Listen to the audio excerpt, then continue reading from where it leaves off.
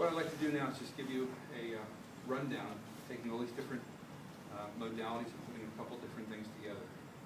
When I'm working on the feet, when I'm working on the plantar fascia, for me, it's a combination of Counterstrain, Myofascial, and LAS, Ligamentous Articular Strain. I'm putting some of these techniques together. I'm working on feet for biomechanical reasons. I will have patients ask me about the reflexology aspects of it. Am I touching this part for that reason, for that lung, or for that liver type of thing? My comment is not that I believe that that is not a fair treatment. I do. My interest for me is biomechanical.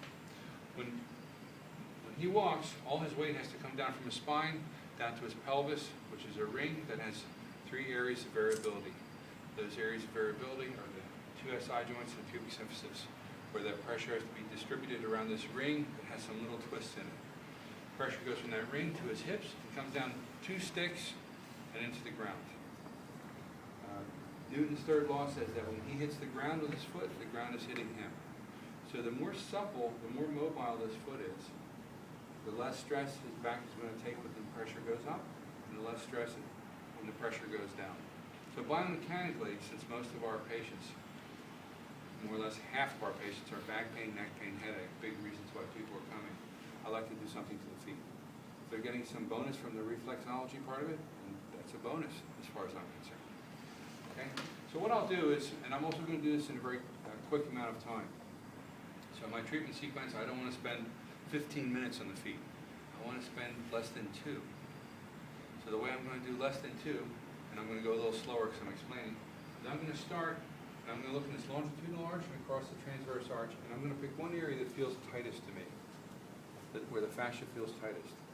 It's supposed to be tight here. It's not supposed to be floppy or loose, but I'm going to pick what feels tightest to me and see if I can get it a little looser.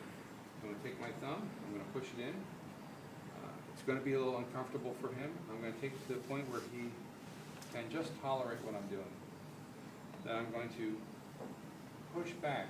We can call this a direct myofascial technique for me to push back until I feel just a little bit of change. You don't have to stay here until you feel a complete release. You can get part of a release and move on to the next. Then I'm going to stay in that same spot, sorry Phil, and I'm going to collapse his foot. I'm going to collapse the longitudinal arch, I'm going to collapse the transverse arch. I'm going to collapse it all around that finger. This is the idea of counterstrain without going through a whole formal questioning sequence. Do you feel better? Which way should I move this? I'm not doing that. I'm just going to collapse the foot around all the tissue and take the tension off. Then I'm going to come back. I'll take it a little bit further. I'm going to go back on. I'll do it just a few times, just as quickly as I'm doing now.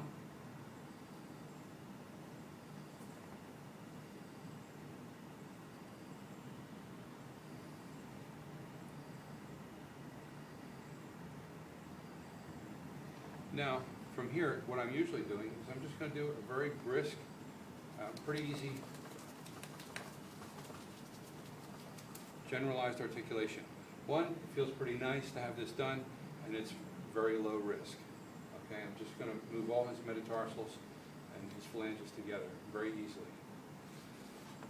I may or I may not decide that I want to mobilize it. If I'm going to mobilize, I'm going to mobilize from his navicular. I'm going to take 2 fingers, grab it above here, pick up his foot, shake out all the tension, keep the tension on, and just a quick thrust.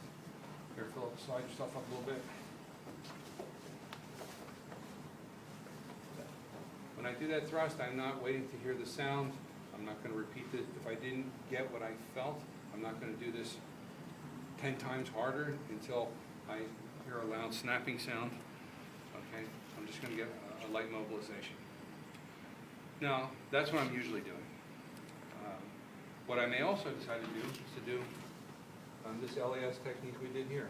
So I'm going to keep his heel into the ground. I'll put my thumbs across his metatarsals, and I'm going to press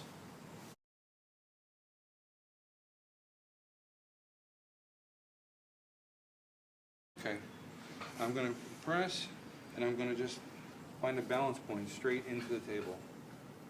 Now I'm going to exaggerate my motions. When I have his foot at 90 degrees, my motion, I can dorsiflex a little bit, plantar flex a little bit, externally rotate, internally rotate. I can evert and I can invert, and try and find the position of ease with some mild compression into the table. When I feel the tissues start to relax, 20 seconds for me is a long time, then I'm done. But when you're doing this in actuality, I shouldn't see your body moving a whole lot, just very little.